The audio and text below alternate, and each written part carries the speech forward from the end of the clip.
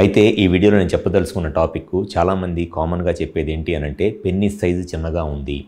So అంగం size చిన్నగా ఉండటం వల్ల ఫ్యూచర్లో సెక్షువల్గా ఏదైనా ప్రాబ్లమ్స్ వస్తాయా అనేది చాలామంది మగవాళ్ళలో ఉండే ఒక కామన్ డౌటో లేకపోతే కామన్ అపోహో ఏంటి అనంటే ఈ మైక్రో పెన్నిస్ అంటే పెన్నిస్ సైజు చాలా చిన్నగా ఉంది కాబట్టి రేపు సెక్షువల్గా ఏదైనా ప్రాబ్లం వచ్చిద్దా అనేది.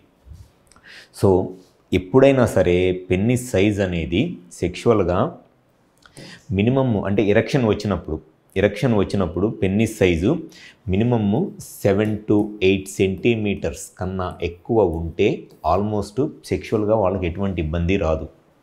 కానీ చాలామందిలో ఈ 7 to 8 సెంటీమీటర్స్ కాదు, మినిమం 9 సెంటీమీటర్స్ అనేది పెన్నిస్ సైజు చాలా కామన్గా ఉండే సైజ్ అన్నమాట. సో ఎవరిలో అయితే పెన్నిస్ సైజు మినిమం ఎరెక్షన్ వచ్చినప్పుడు 7 to 8 సెంటీమీటర్స్ ఉంటుందో అటువంటి వాళ్ళకి సెక్షువల్గా ఎటువంటి ఇబ్బంది రాదు. సో ఈ సైజు 7 to 8 సెంటీమీటర్స్ అనేది ఎరెక్షన్ వచ్చినప్పుడు అంటే పెన్నిస్ స్టిఫ్ అయినప్పుడు ఉండాల్సిన మినిమం సైజ్ అన్నమాట. కానీ చాలామంది ఈ పాన్ వీడియోస్ చూసి లేకపోతే సెక్షువల్గా ఈ పాన్ వీడియోస్ చూస్తున్నప్పుడు ఏదో ట్యాబ్లెట్లు వేసుకోగానే పెన్నిస్ సైజ్ ఎంత పొడుగు పెరిగిపోవడం అలాంటి వీడియోస్ చూస్తాం. సో పెన్నిస్ సైజు ఎంత పెద్దగా ఉంటే సెక్షువల్గా పార్ట్నర్ అంత బాగా సాటిస్ఫై అవుతారు అనేది వాళ్ళకు ఉండే ఒక కామన్ అపోహ. అది డెఫినెట్గా వాళ్ళకు ఉండే ఒక అపోహ మాత్రమే. ఎందుకు అనంటే పార్ట్నర్ సాటిస్ఫాక్షన్ అంటే ఫిమేల్ పార్ట్నర్ సాటిస్ఫాక్షన్ అనేది ఈ పెన్నిస్ సైజు మీద ఎట్టి పరిస్థితుల్లోనూ డిపెండ్ అవ్వదు. మినిమమ్ సైజు ఈ 8 సెంటీమీటర్స్ పెన్నిస్ సైజు ఉంటే డెఫినెట్గా ఫిమేల్ పార్ట్నర్ సెక్షువల్గా సాటిస్ఫై అవుతారు. అయితే పార్ట్నర్ సాటిస్ఫాక్షన్కి సైజ్ అనేది ఎట్టి పరిస్థితుల్లోనూ క్రైటీరియా కాదు.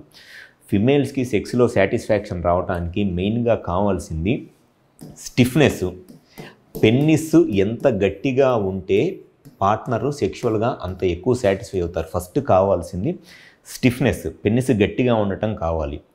నెక్స్ట్ వచ్చేసి సెక్స్ ఎంతసేపు చేస్తున్నారు. సో ఆ sexual time, inter course time అనేది చాలా ముఖ్యము. మినిమమ్ ఒక 4 to 5 మినిట్స్ సెక్స్ చేస్తే వాళ్ళు ఫిమేల్స్ అనేవాళ్ళు సెక్స్లో సాటిస్ఫై అవుతారు.